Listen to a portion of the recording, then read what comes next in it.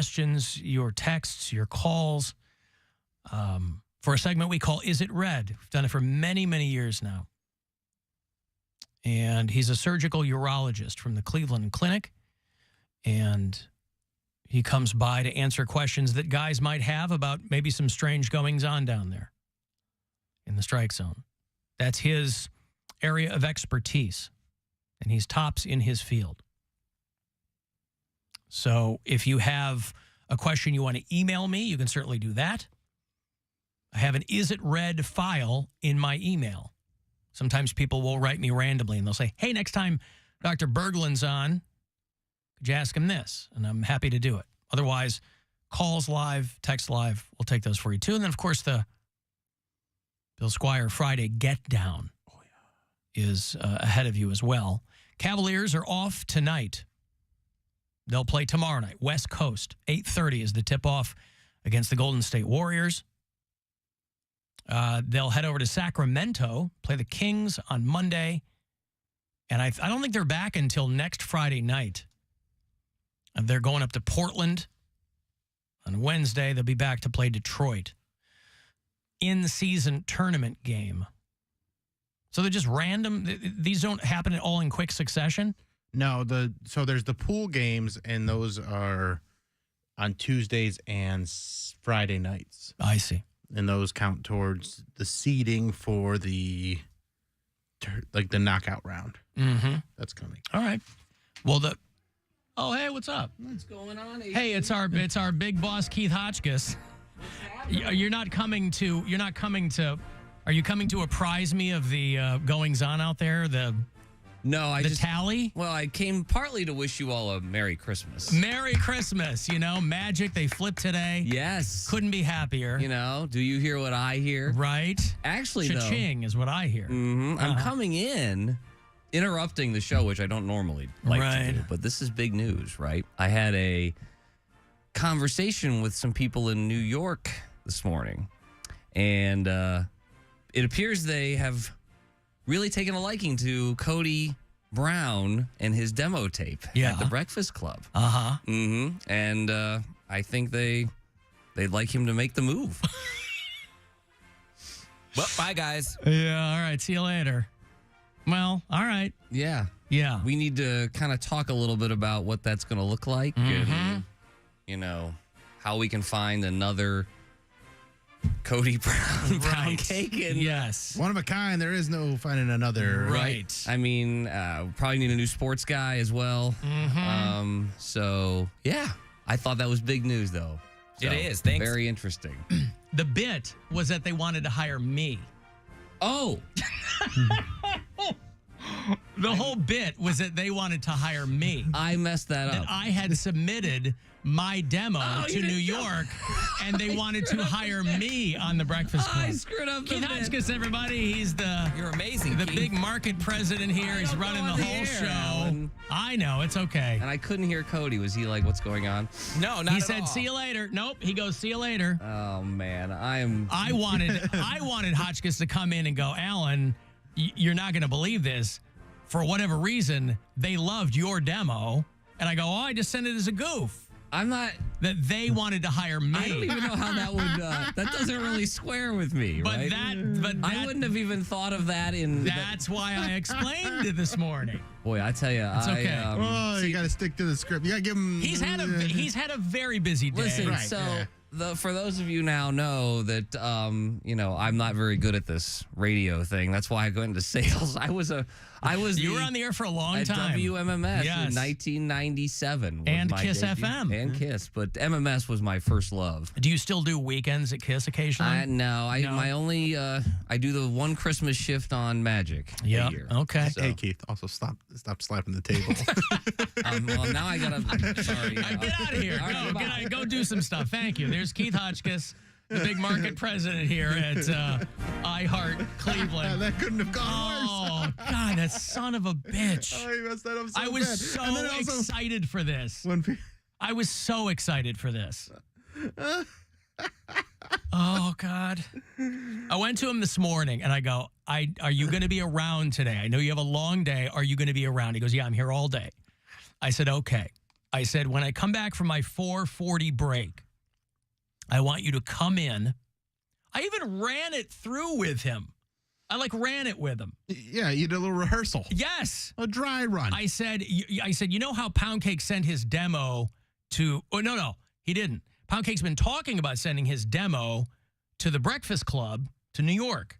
It's this company's syndicated urban morning show. And he goes, yeah. I said, I want you to come in and tell me you've got big news for me out of the blue that for whatever reason, New York wants to talk to me because they loved my demo and they want to talk to me about joining the Breakfast Club. That they're going to go in a completely different direction with one of the cast members. What's breakfast without milk? We worked it out. And he goes, yeah, that'll be great. That'll be great. Oh, that's so funny. I thought he was when he started, I thought he was kind of taking the long way around. Yeah. And then he goes, oh, they really want to talk to him. I'm like, you son of a bitch. Well, I tried. I don't know if Poundcake would have even bought it, but I thought it would be so fun to just be like, because I'm out. It was almost better that he got it so horribly wrong. God, I guess. Mary just texted and said, I'm out next Friday, and I was going to say, that's why I'm out is because blah, blah, and my agent told me you should, there's something coming up. You need to, I had it all laid out. Now people are texting me like, oh, congratulations, Cody. They're so happy for you. Damn. Yeah, if that's all you heard, then they're going to, oh, God. Mary said, Jesus Christ, tell him to stick to stealing his subordinates' beverages. Maybe he took my waters. Yeah. Oh, it's a good God. chance. Oh, Keith. I don't even know if you would have bought it, Cody. Also, you didn't submit a demo ever. Well, that's immaterial. You mean me? No, him. Oh, yeah. No, that's immaterial. So that's why he knows, it was he's like, this isn't right. Well, they're also, I mean, they got the person to replace Angela Yee, and they haven't fired what's-his-face yet. Envy, yeah. Yeah, but that doesn't mean anything. I mean, the company's always doing stuff behind the scenes. They're always talking to people. They're always grooming people to go, hey, listen, this guy's going to retire. This guy's numbers suck. This guy's this. Her is this. They're always looking at what they have in the stable. And I thought it would be funny if he came in and said, they want to talk to you about joining the Breakfast Club. It could have been, but you got to know your cast too. And that's why I went over it. I went over it with him. You needed another run before. He's a former air talent. I got him in his office this morning, alone. Long time. It's a long time. A lot of time passed. I should have gotten him sooner. Well, you should have done. I should have gotten him closer. You should have done another run through with him. I should have gotten him closer to the segment. Mm-hmm. And said, just to recap, this is how we're going to do it. Right, because there's nothing funny about they like Poundcake's demo that he never sent. Right, that's just mean to be like, hey, you got this job. Just kidding, no, you didn't. God bless. I was so excited to do this today, too. And then I like that he also comes in here and just like... Well, he's nervous. He was nervous. I was technically putting him on the spot. He is nervous, but it's not like the guy's never been in the air before, Right. These cameras are so stupid. Falling all over the place. Yeah, that's all right. Poundcake, send him your demo, will you? Don't be a putz. Okay. I will send him my demo. All right. I was reading about a dude who got crushed by a machine because it thought he was a box. Did you read that story? A guy, I think it was in South Korea. This guy is working at a plant where there's all these industrial robots. It's a vegetable packaging plant. And the guy, there's something stuck. It's like the industrial robot version of a paper jam. And so the guy goes in, this machine, it lifts boxes of bell peppers and puts them onto pallets. And these are very common machines, these industrial packing machines. And there was a guy that was inspecting the sensors on all the robotic arms. And so he goes in to look at one of them, and I guess the machine malfunctioned and thought he was a box of vegetables. And it crushed his face and chest. Ooh. And he died. Robots. Imagine going... Robots. Imagine going that way. Yeah. That's not how you want to do it. Yeah, like what was it? What do they call it? Because it was on The Office all the time. Because the forklift? No. Michael always wanted to use the box crushing. I can't remember what the machine was called, but like the industrial press? Yeah. Hydraulic press. Mm-hmm. Yeah.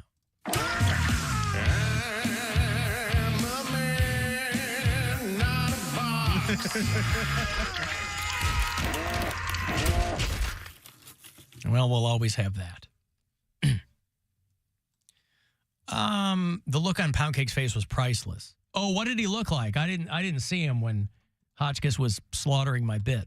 To me, it just looked like he was like he knew. You weren't for 1 second believing that happened, right, Poundcake? No, he comes in. No, of course not. But with them hiring me, that would have been funny. Yes, it would have been You didn't fun. send them anything. Why would I tell him to do that when you hadn't sent anything in? No, I understand I'm that, so but upset. he just comes in. Keith always has. He seems like the finger guns guy. He is always. I automatically assume that he's up to something. Why? Because he just usually is. Well, no, he's just usually. It's not that. It's that he's like.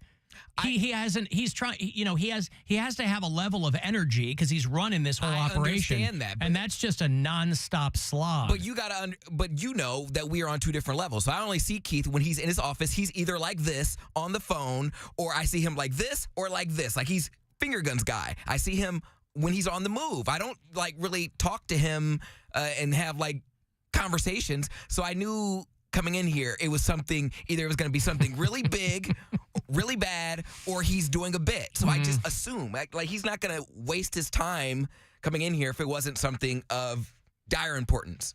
The Mike in Parma says it was like trying to have my 10-year-old son tell his grandpa a joke. Yeah. It's the I'm Baylor. the grandpa. The Baylor. Baylor. Michael always wanted to use the Baylor. Right. There you go. Now there's a robotic Baylor that hunts you down and squishes you.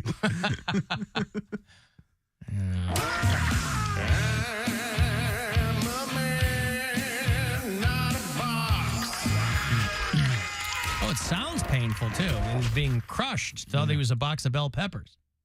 Alan, banana bread at work today, dude? Hell yeah. What? Did you have banana bread? No, I didn't have banana bread. Maybe he had banana bread. I thought he was referencing all the food that we have here today. But I didn't mention banana bread. All right. It does sound good, though. I will F with a slice of banana bread if it's presented to me. Did you watch any of the Jeannie Buss, Jay Moore interview? No. Okay, so there's this guy. I don't know if he's on like a streamer or whatever. I've heard of the guy. An interview dude named Graham. Norton? No, not Graham Norton. Graham. What's this guy's name? Graham Benzinger?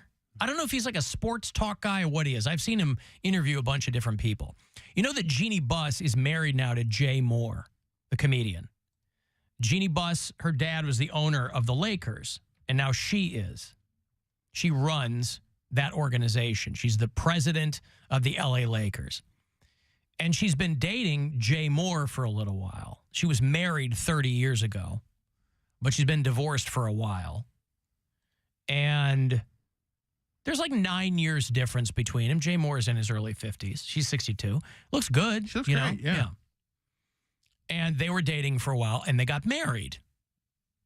And people thought it was kind of a Beauty and the Beast type situation, but whatever. So they're doing an interview talking about how they don't live together and that they have this really unique marriage. And I'm like, what's the point? I know every couple has whatever works for them, but what is the point of getting married? It's not like there's a tax benefit. It's quite the opposite. There's people that get married for tax benefits. No, there are no tax benefits to getting married. That's what I heard. Let me play this for you.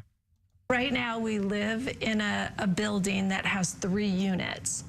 So I live on the top floor, and Jay lives on the first floor. And so there's, a couple that live in between us. So we live together. We're at the same address, except I'm Unit 3 and he's Unit 1. We don't really want to change anything because, I like my space and I have my schedule and he likes his space and he has his schedule.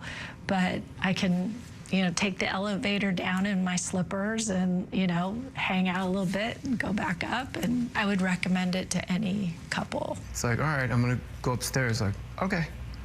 I mean, we see each other every morning, every afternoon, and every night. When you're home alone in your bed, it's like, the guys are gross. Like, we just make sounds.